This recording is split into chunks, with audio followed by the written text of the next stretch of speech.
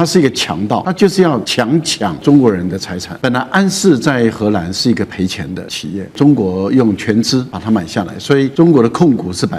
从一个亏损的企业到赚钱的企业，然后也满足了欧洲的各个车商他们稳定的晶片的来源。但是这个右翼的政府，他就想利用美国人的手，想把这个企业吞下来。那他没想到中国政府是给企业当后盾的，这个情况就跟当初美国要吃华为一样，中国就给华为当后盾，所以华为不但活下来了，而且活得更好。再也没有人敢欺负中国的企业，也没有人敢欺负安氏了，因为中国政府已经出来了，我就是他的后盾。荷兰跟中国大陆之间的安氏半导体的争夺之乱，我们要来看到，因为在荷兰9月的时候突然宣布说以国安为由要接管安氏半导体，那其实在北京方面是立刻做出反制了，直接就禁止了安氏晶片的出口，结果是让欧洲的汽车产业差一点要这个产线停工。那我们看到呢，最新的进展就是现在呢，荷兰的经济大臣他宣布暂停接管命令了。为什么呢？因为是过去2天，11月18、19号，荷中双方进行了一场会谈，那据说是有建设性的，所以中国方面释出善意了，甚至也恢复这个民用晶片的出口，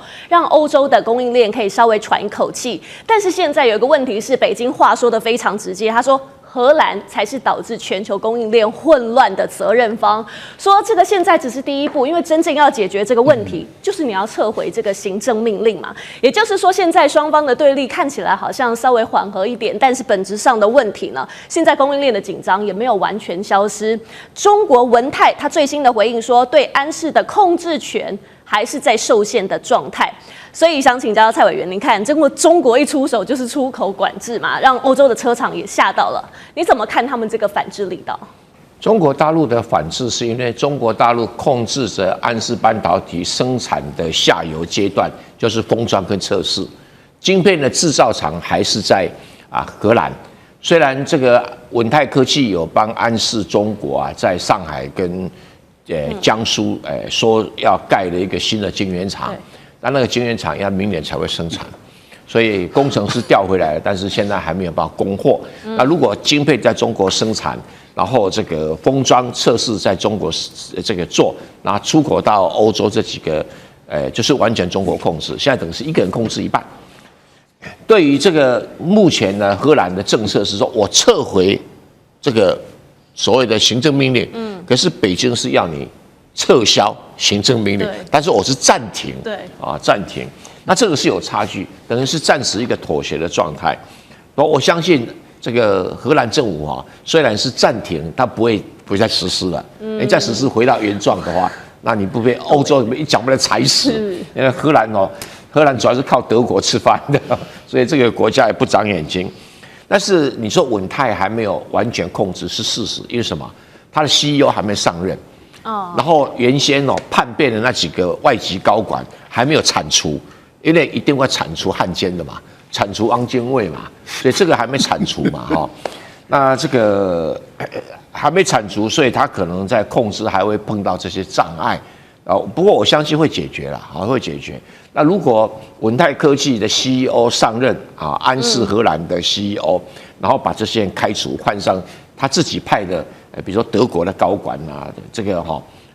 这个时候很简单你就这个文泰科就打个电话给那个谁，给那个宾士跟 BMW， 你们派个人来当副总，就当营运长就来了，你根本不用管什么事，反正客户是这些人嘛，他们自己会把事情料理好，所以我是觉得这个时间因为不至于说会一直僵下去，因为荷兰这个政府也快下台，下一任政府谁帮你收这个烂摊子，根本懒得管嘛那这个安氏之乱应该是给欧洲一个很大的教训，就是说你要欺负中国的企业，那你要垫垫斤两那第二个你要脱离中国的供应链，你要考虑你成本有多高风险有多大然后第三个。还是跟中国好好相处比较实际，这从来没有中国找你麻烦，都是你们找中国麻烦中国没事干就找你麻烦。中国是哲学是和气生财嘛，大家有钱一起赚嘛。当然讲的比较高远一点，名字叫什么？人类生命共同体。其实有钱大家赚，好吧？你自己荷兰不长眼睛，你听到哎呀，这个美国说有要什么50%的这种渗入法，你就主动跑去当打手，还没想到美国躲到一边去，不干我的事啊！你不是丢在这个马路上挨揍吗？所以荷兰给个教训，其实也会给欧洲很多国家一个很好的教训。好，其实这一场晶片之乱呢，真的是全球都在关注了。怎么说呢？因为它安氏的这个晶片呢，它不是说这种很炫、很厉害的尖端的这种 AI 晶片，它做的就是现在呢欧洲最缺、最怕被卡脖子的这种晶片。它做的就是功率半导体、车用还有工控的这一种晶片。那像是很关键的电动车、机械手臂、军工设备，通通都是靠它们。好，其实除了荷中两国呢，包含了欧盟各国，这一次大家也都跳进来很关注，就是因为欧洲的汽车大厂。包含刚刚蔡委员提到的宾士啊、BMW 还有 Volkswagen， 其实他们都是安氏的大客户。简单来说，就是被安氏绑着嘛。所以呢，现在不只是监管并购，他们是在保护自己的产业命脉。那我们今天想探讨的，包括刚刚蔡委员其实刚才也稍微帮我们提到了，想请教赖教授，您来看安氏它晶片这个背后牵动的，其实是不是还包括美国对中国科技政治封锁的这个红线呢？我个人是这样认为了，美国丢一个饵出来。然后看哪一些强盗，哪一些贪心鬼啊、贪吃鬼，就过来咬这个饵啊。那这个很明显的就是荷兰的右翼政府。荷兰的右翼政府，它基本是法西斯政党嘛。然后他看到美国丢出来这个饵了以后，就迫不及待的想来吞这个饵了啊。那为什么这样子来做比喻呢？就是说，本来安氏在荷兰是一个赔钱的企业，啊，亏损累累，已经要倒了。所以后来是中国用全资把它买下来，所以中国的控股是100%。然后中国买下来了以后，由于中国的 CEO 的经营能力很强，然后以中国的市场作为基础、作为基底啊，所以它开始赚钱了。所以它变成从一个亏损的企业到赚钱的企业，它也给当地的荷兰人创造了很多的就业机会啊。然后也满足了欧洲的各个车商他们稳定的这些晶片的来源，其实是多赢，也就不只是双赢，是多赢的一个局面。但是这个右翼的政府就贪吃鬼啊，他看到一个从亏损到有钱的到赚，而且他赚很多钱，赚了很多钱的这个企业的时候，他都想利用美国人的手，想把这个企业吞下来，所以他是一个强盗，他就是要强抢这个中国人的财产，这是第一个。第二个呢，我们提到了，就是他知道这个晶片的公司，他虽然不是做高阶的晶片，例如说他在荷兰这个部分是做设计，然后他的生产制造事实上是在德国，他在德国生产制造完了以后，然后的晶片嘛，然后再送回中国的深圳，在这个地方进行封测，最后封装。然后再运回去给德国的汽车来使用，是采用这样的一种方式，所以基本上来讲是全球的产业链的一部分。好，荷兰他认为他控制了这个晶片以后，他事实上对德国他就有更大的影响力了，因为德国、美国部分的还有日本部分的厂，那他等于是他们全世界的60%的欧洲厂的晶片都控制在荷兰手中，这个右翼政府就更有筹码了嘛。可是问题就是他没想到偷鸡不着18米，也就是当他要偷吃，想借由美国人的手启动的一个从来没有使用过的所谓的1952年的法案，那这个法案他就要偷吃了。那他没想到中国政府是给企业当后盾的，这个情况就跟当初美国要吃华为一样，中国就给华为当后盾，所以华为不但活下来了，而且活得更好。而且现在更为壮大、更为强大了啊！那现在的情况是，我相信安氏将会更为壮大、更为强大，因为再也没有人敢欺负中国的企业，也没有人敢欺负安氏了，因为中国政府已经出来了，我就是他的后盾。所以我个人是认为，荷兰这一次的右翼政府是真的是没有从美国的经验中学到教训，这个是吃的亏、吃的大。但是问题是在这个事情还没解决。为什么？因为它是暂停，对，不是撤回，不是撤回。那所以企业法庭的裁决仍然有效。你政府撤回了以后，企业法庭才能够裁决。就是说，因为你是政府要接管嘛，那你现在政府说不接管了，那企业法庭才能够裁决原来的裁决无效。我觉得目前问题还没解决，中国还会跟荷兰算了没完的账，而且我觉得这笔账还要继续算下去。好，确实现在的问题还没有解决。我们来看到荷中两方的态度，因为荷兰一方面它是要配合美国的出口短制嘛，刚刚说这个但是一方面呢，它也不敢真的让中国翻脸，因为包括了ASML 啊，整条供应链其实都是非常需要中国市场的。那在中国大陆这边，那当然也不太可能退啦，因为安氏是中国大陆在欧洲非常有这个深度布局的半导体企业。那只要西方把政治成本拉高的话，大陆方面当然会觉得说，你这个根本不是监管，你是阻止中资企业我们在欧洲立足。所以请教厉将军，以战略的角度，你怎么看这一局？到底是荷兰的监管，还是美国的技术围堵，透过盟友在执行？那中国大陆会不会他们是被强逼着要反击？我觉得这次来讲，如果让荷兰政府将安氏这个企业来讲抢去的话，第一没有天理，第二没有道理。我先讲为什么没有天理，这明明就是一个抢劫嘛。荷兰如果说你把它形容成一个海盗国家就是一个海盗国家，看到安氏这个本来由亏转盈了他就要抢这个企业。那不就是海盗的作为吗？而且你不但是海盗，我觉得你就是索马利亚的海盗。就你去抢的是什么？抢的是一艘军舰，对吧？你有没有看过说是一个海盗船去抢夺一艘军舰能够成功的吗？所以我觉得这是没有天理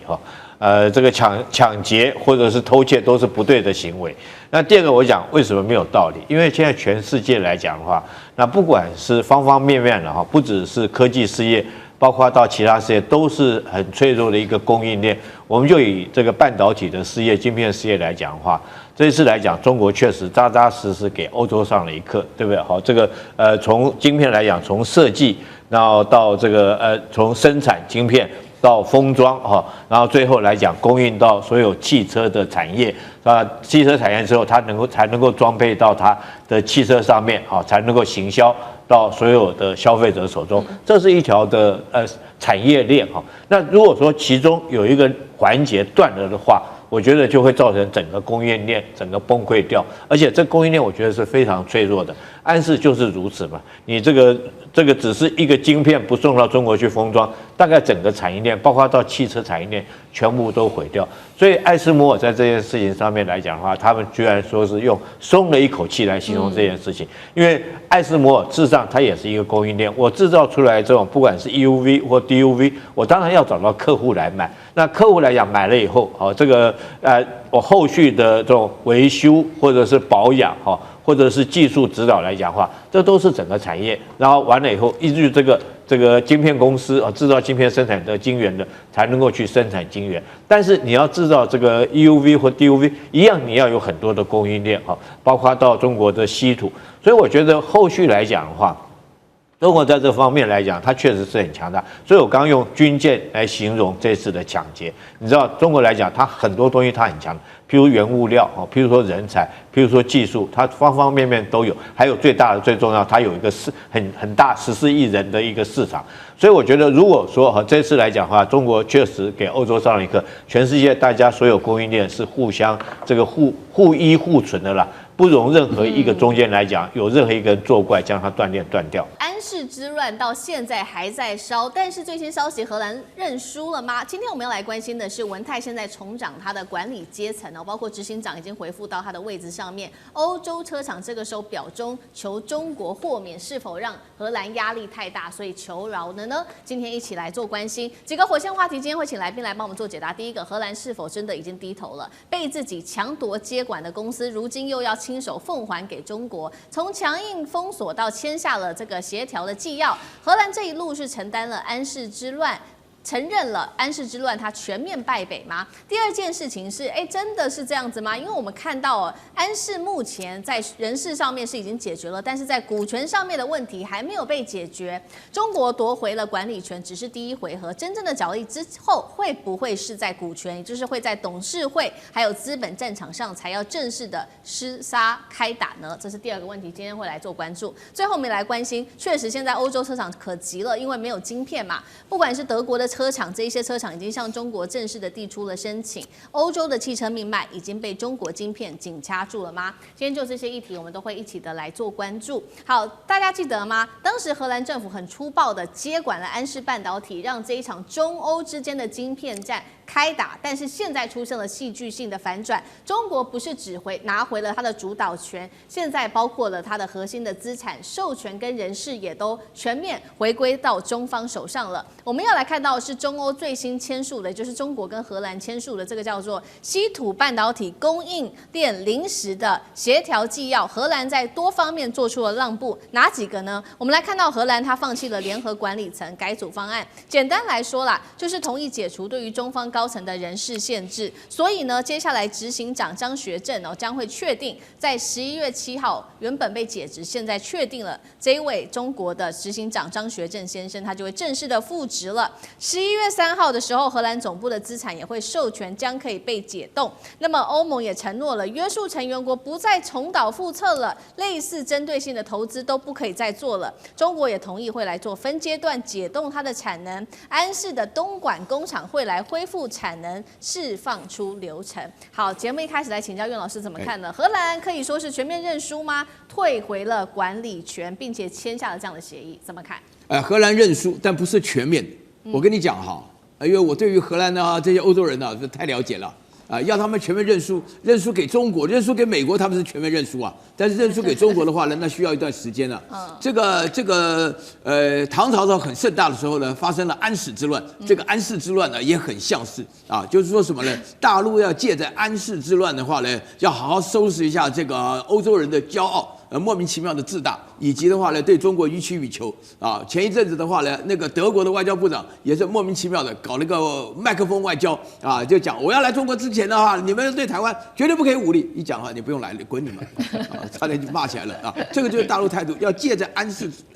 之乱来一场这个安史之乱，就是说你发觉欧洲本身在中国人地位就完全垮下，这是一个重点啊。你这边讲到几个重点的话呢，我觉得有3个重点是非常重要的。第一个的话呢，原来在大陆啊，就是说是文泰在并购荷兰安氏的时候啊，就是大陆会觉得说你的总部设在荷兰，听起来比较有面子一点啊，没有把它直接买断。这个是一个后来引发，就是荷兰本身根本就没有能力，就是一个穷大户。原来的话呢，这个好像女儿都已经嫁过去了，但是名字还是留在家里住，他突然就不让你回家看亲了啊。那这个就不行了啊，这个就不行。大陆这是第一个重点。然后第二个重点的话呢，就是荷兰本身来讲哈，就要把那个张学正因为他是在荷兰总部里面安氏做 CEO 的，就张学正 CEO 把他换掉啊，换掉其实具有形式的意义，就是说欧洲人呢看中国人不顺眼，你知道吗？他们种族歧视，这心理非常严重的嘛啊。荷兰人的话呢，就特别长得特别又高又瘦，那鼻子又尖的那种啊，所以说呢就把张学正换掉。然后第3件事情啊，就是荷兰到现在大陆讲说东莞的封装厂啊就不出货的时候，他马上也讲说寄出来芯片不给你，不给你封装什么的，态度很强硬。但是呢，现在里面得到一个非常重要的关键的，大家都了解说，第一个，你这个东莞里面啊，这个800亿片啊，应该800亿片的芯片不出口，整个世界尤其是德国的汽车要停顿。那为了不让德国，因为德国现在剩下什么？德国现在在这个俄乌之间冲突什么都贵的情况下，又不能没有汽车工业。然后德国现在整个欧洲化也搞得一塌糊涂，所以在这种情况下的话呢，它经不起这个。然后呢，现在呢，原来呢，荷兰是要靠着欧盟跟美国的压力反弹中国，现在的话呢，美国不理。欧盟呢压着荷兰说以后不要再搞这一套了，这套根本就没有用了。但是对大陆来讲的话呢，这不是单纯的一次胜利啊，这是永久的胜利，因为大陆会连续的。我跟你讲哈，现在先搞荷兰，然后再搞德国，接下来马上再搞法国，然后都一个一个搞的。为什么会这样子？就是要杀鸡儆猴嘛。你不要学着美国那一套什么穿透法案，没这回事。好，确实，我们现在看到这个中荷之间表面上和解，但是其实眼前还有更大的问题。等一下带观众朋友来看到，就是是在股权上面，接下来会怎么做分配？等一下请干哥来带我们看。好，我们现在看到中荷之间还是持续的互呛。荷兰呛什么呢？呛中国说你出口管制拖垮了整个全球的供应链，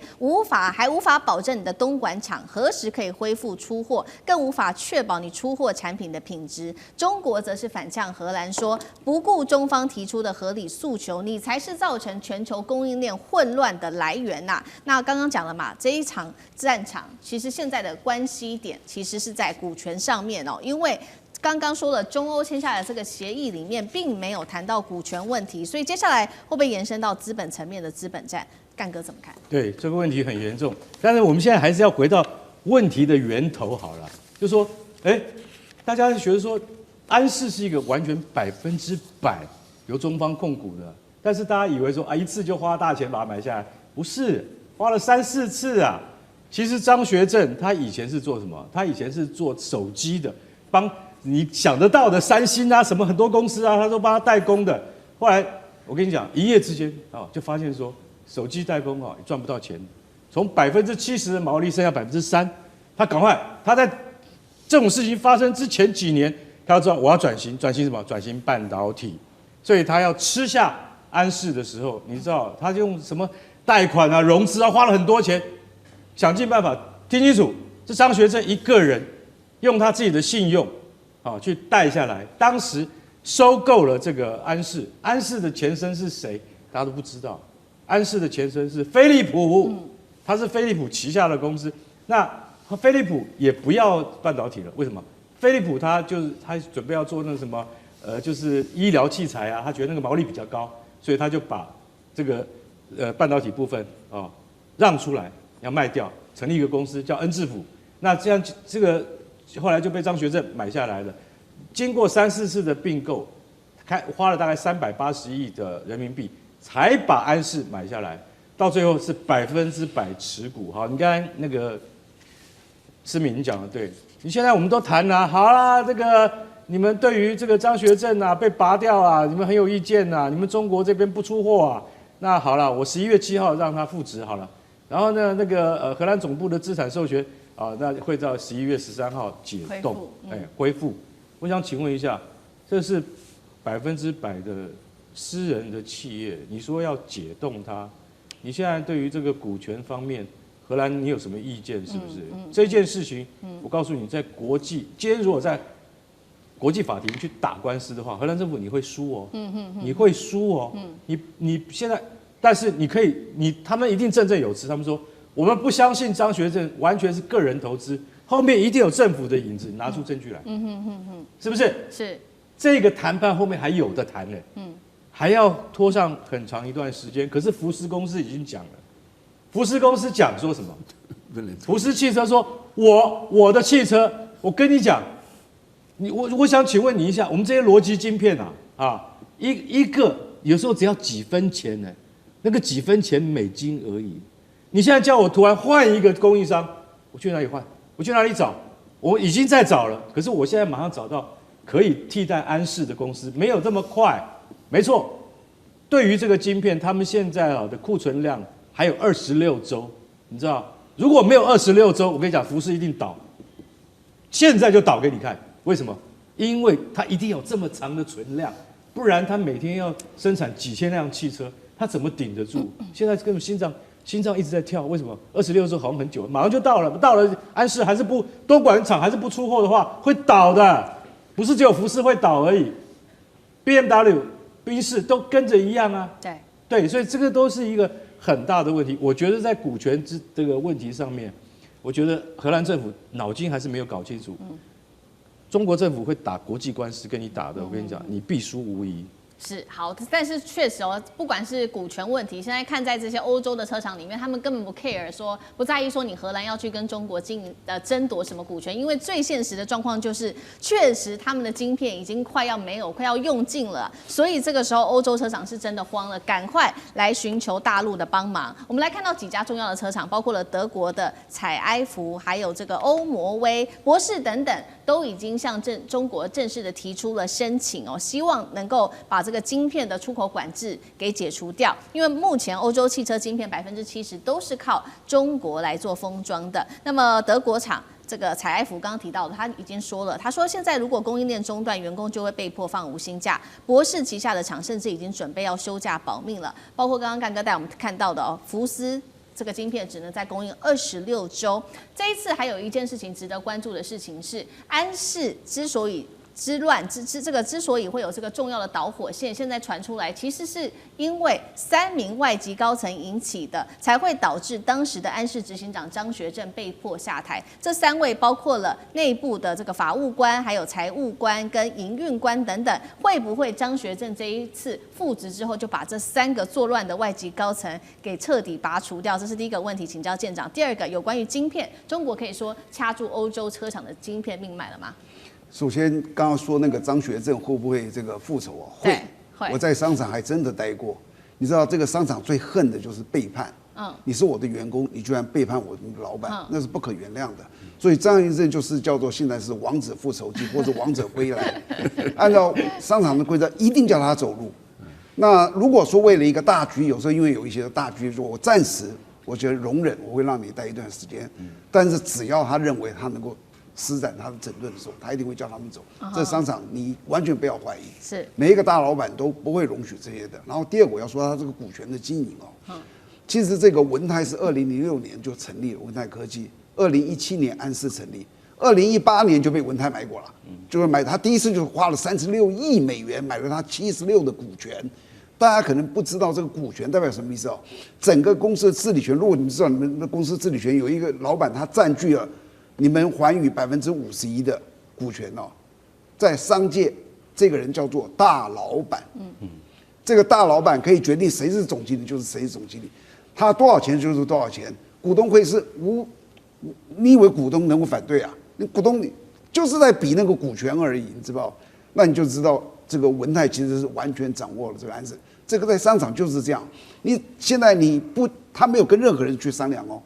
荷兰这次没有跟这个欧洲的伙伴啊，而且他采取的方法是一个非常粗暴，所有人都知道说，人家就是涨了这么多股权，你怎么能这个样子呢？他不跟任何人讲，他就直接这样去做了。那他从来没想过，我不要讲别的，美国以倾国之力去打中国都打不过，你如何荷兰敢跟他这样子对抗呢？你不可能赢的。所以这个完毕之后，每一个人都在怪这个荷兰，你怎么可以这个样这么粗暴？你有没有跟我们讲过？我们在欧洲是，我们这个北约是一起的，你这样子一弄，搞得大家都活不下去了，对不对？所以最后他是这个叫做里外不是人，这是荷兰政府的，他现在应该也认清了，就是你要想清楚，做任何事情你要站得住脚。商场经营就是讲股权，你不能够这样子去这样的蛮力靠国力来这样子去抢夺一个公司。安氏之乱，这回大陆使出的这一招叫做釜底抽薪吗？因为荷兰是否在这时候恐怕沦为一个空壳的公司了？大陆用什么样的方法把荷兰之重要的头脑，还有这些重要的一些资产啊、人力等等，全部都带回中国去了？等一下一起做关心这一招，这个。拉着德国一起来针对荷兰这招放饵钓鱼，是否会让荷兰完全的孤立呢？今天都会一起来做关心。好，今天3个火线话题，我们等一下赶快来请来宾帮我们做解答。北京这一回是先甜后刀吗？针对荷兰针对德国他怎么做呢？先把晶片给德国来救他的汽车业，然后再反过来跟德国说：好，你拿到了晶片没有错，这时候你得站队了，帮我们一起来施压荷兰。这是逼欧洲选边站的一个精准布局吗？德国的施压之下，荷兰会做让步吗？第二件事情，刚刚提到了这个有关于安氏案哦，这个文泰科技现在乾坤大挪移，怎么做呢？他把在安氏的200名工程师给拉回中国大陆，并且现在说呢，产能可以直升5万片。那么如果这样的情况之下，荷兰的安氏会被掏空成未来成为一个空壳公司吗？那么未来整个生产也都会回到中国大陆来做吗？这个是第二个我们今天会来做关心的。最后今天也会来关心到的是，没有想到这个有关于安氏的这件事情，中美早就谈好了，但是欧盟从头到尾都不知情。有人说啊，荷兰根本就是被拿来当做祭旗的，而荷兰到底现在还有什么筹码呢？今天我们都会一起的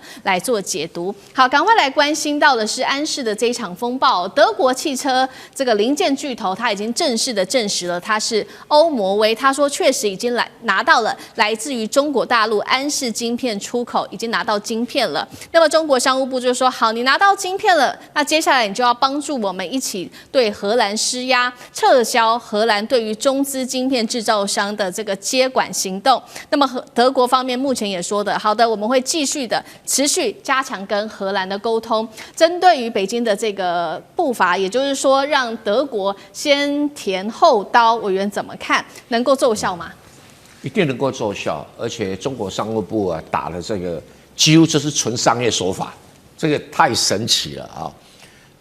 他禁止它出口，那现在正在制造汽车的全部卡在那边，为了一个金额不大的晶片，那么大的汽车出不了厂，你说德国急不急啊？德国上上下下急翻了，而且这个事情跟他无关，可是他在供应链的末端，那当然他就当然希望中国可不可以先放他一马？那中国说好，我先放民用的，军用的暂时不放，因为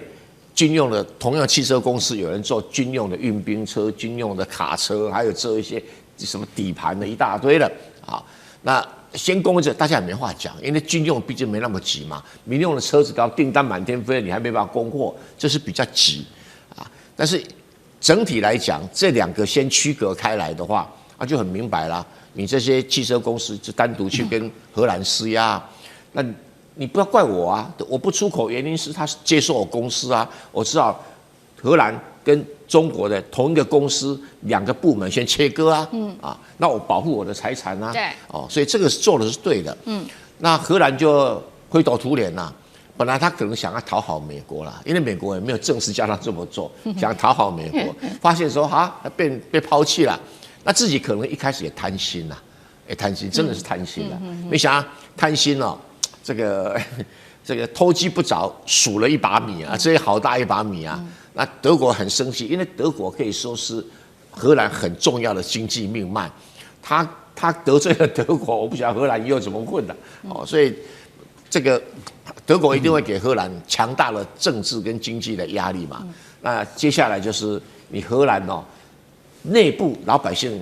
抱怨连连，你都快要卸任的过渡时期的内阁，你还搞这种无聊的事啊！而且荷兰的认知说，你们这几个官员就是被那个高管安氏的外籍高管给收买，不然你干这个事干什么啊？那现在在当家是安氏的高管，可是现在已经被抽空了。现在所谓工程师回来，但是因为两边没有弄好，这次是派去的，所以工程师回来，荷兰会不会成为空壳公司？现在还不会，因为它还有晶圆厂。那现在中国大陆的稳泰科技现在也开始盖出晶圆厂，找到上海跟无锡的新厂。因为盖这种晶圆厂不像台积电那么精密，因为它是800奈米的嘛，所以只要有专利权有设计图，就很容易 copy 出来了。就因为它有封装厂，所以它一定有设计图然后这个对他来讲又不是什么太难了，200个工程师，其中50个就够了，可以把它完全铺陈出来生产。那这一下子，那个控制荷兰安氏那几个外籍高管，这下傻眼了，他们准备吃官司了好，我们所以持续看到，那所以接下来，如果中国大陆早就已经持续的在布局，刚刚委员帮我们提到，除了建晶圆厂之外呢，赶快来看到是中国的前吞大挪移用了哪一些方法，被外界视为这个叫做教科书式的商业反击他们利用的是这个收购合约当中的一个关键条款，把这个荷兰安氏里面很重要的大脑、人才跟产能说全部要搬回大陆。好，怎么搬呢？我们先来看到，除了刚刚委员帮我们提到的200名的工程师搬回大陆之外呢，还有这个刚刚讲的嘛建新厂，那现在预估呢每个月可以达到5万片的晶圆，这产能是会高于荷兰的。重点是在这个成本上面可以有明显的差异，中国制造还是比较便宜，而且便宜的幅度高达了18%。如果用1年来做计算，可以为中国省下10亿元的人民币。重点是客户也买单现在说这个续约率高达了98%，三星、比亚迪等等的新客户甚至还上门多了新客户，订单预期会比去年同期暴增35%，而且产能可以持续的扩张当中。好，请问赖老师怎么看了文泰这招釜底抽薪是早就计划好的吗？荷兰安氏的未来会长什么样子呢？那安氏的晶片生产会可能完全拉回中国吗？不是早就计划好的也就是说，大陆当时文泰把安氏买下来的时候，就已经有答应就是说会创造当地的就业机会，所以他们的工程师绝大部分的，除了少部以外，那都会留任。然后中国大陆也会派他们的管理人才还有工程师到这个地方来服务，因此就业机会会增加。第二个就是税收对荷兰来说是一件好事情，而且让荷兰有更大的这个影响力，因为它影响到全世界的汽车工业嘛，所以它都有更大的影响力。这个是一个中国赢、荷兰赢、世界各国都赢的一个局面。但是问题就在于，当荷兰有歹念了以后啊，那情况就变了。那情况变了，换言之，也就是说，我们刚刚讲的，它的晶圆是很大的，所以这种成熟制程的技术，中国大陆并不缺。对啊，那这个能力是没有问题的。那经过这么多年从转亏为盈的过程中，中国大陆的工程师早就掌控了这些所谓的设计的技术了嘛。好，另外一个部分里面就是安仕是文泰的一个子公司，而且文泰是100%的所有的资金所拥有的，所以它的智慧知识产权啊，并不归荷兰所有，它是归文泰所有。那因此，当荷兰想要心生歹念的时候，当时中国大陆很早就已经放出一个讯息，而这个讯息并不是阴谋，是阳谋，直接告诉你安仕，也告诉你荷兰政府，说中国有底气，中国有筹码，已经把你讲得很明白了，你卡不住中国，而中国会完全可以卡住你。换言之，也就是你现在所看到的，也就是生产线拉回中国来，封装封测本来就在中国嘛，对，所以封装封测在中国，所以中国也可以用封装封测来卡你，而且人才可以卡你，中国自己也可以把它整个生产线转移到中国来，那这样的话对大陆更有利，可是对你荷兰不利啊，因为你的就业人口变成从在荷兰移到中国来，那它的税，它本身的带动的地区的繁荣，那就不再是你荷兰了，对，反而是在中国了。对，而且如果它的营业额都移到中国来的时候，税收就是中国政府收了，对，而不是你荷兰政府。荷兰听不进去嘛，他认为没有问题的。可是当时中国就在荷兰动手的时候，就出了一招，这一招就是要求安仕的所有的员工不准听荷兰政府的，要听中国的，因为中国是100%的啊，这个完全有的资本，所以等于是在荷兰工作的所有中国籍的员工不需服从荷兰的命令。那这讲得很明白了。那如果荷兰籍的安仕员工愿意到中国来工作，中国也欢迎嘛。那我们也看到了，事实上在签证前一段的时候，对这种专技人才的签证基本上是放宽的。那当然，当你本身僵持不下的时候，把工程师全部都抽调回来，这个本来就有这个权利，那也有这个条款。那整个工程师就回来。我相信也可能有一些荷兰籍的工程师，也说不定，这个只是我们没有看到内部的消息，也说不定跟着到中国大陆这边来工作，那请问你，对，那你荷兰就空了嘛？所以并不是早就计划好，是事实上，也就是我们都希望创造双赢多赢的局面。可是你荷兰执迷不悟的时候，那就对不起了，那就全吃了。一旦全吃了，坦白说也没有违反合约嘛，因为是你自己搞出来的。好，这一场安仕之乱哦，在这个荷兰的作乱下，我们可以看到中国就决定把所有的重要的资源是全部搬回中国大陆。那对荷兰来说，在经济上其实没有任何好处的。但是如果以外交的角度来看，对荷兰是否也没有任何的好处呢？因为现在看起来，美国似乎也没有把荷兰给放在眼里哦，而且还被视为是沦为美中大国交易的一个炮灰。为什么这么说呢？因为我们来看到是美国议员当时在质问白宫的时候说，你们在跟中国大陆谈判的时候有告诉欧盟吗？结果欧盟的高官反应是说他们完全不知情，那代表说这个荷兰其实也被蒙在鼓里。那现在不仅还要面对大陆的强硬的施压，还有德国跟欧盟内部也对他不满，还有美国的背弃，荷兰首相到底还剩下什么底气跟筹码？张老师怎么看？其实就荷兰整体的经济而言，大概是20%是制造业，80%是服务业。荷兰呢是靠着跟世界接轨而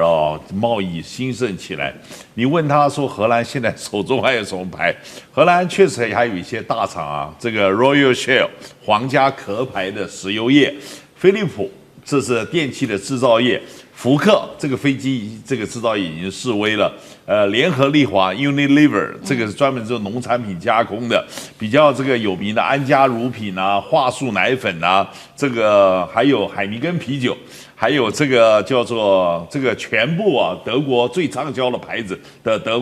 国酸菜，哎，是荷兰做的，所以呢，荷兰有它自己的就是说经济的优势。那但是呢，他一直强调我所在的位置，我必须跟世界接轨。他今天做这个事情啊，其实是完全反过来跟世界接轨。荷兰人是极度的聪明，而且呢，在那么小的一个国家之下，他能够在海权的这样兴旺的之下，然后你想想看，在我们台南都可以建立一个殖民地，他有他的本事，而且还可以在印尼那么一个地方。但是他真正的问题就是一个观念的改变，被了美国人这样子去怂恿，然后变成一个打手，最后就弄出来。所以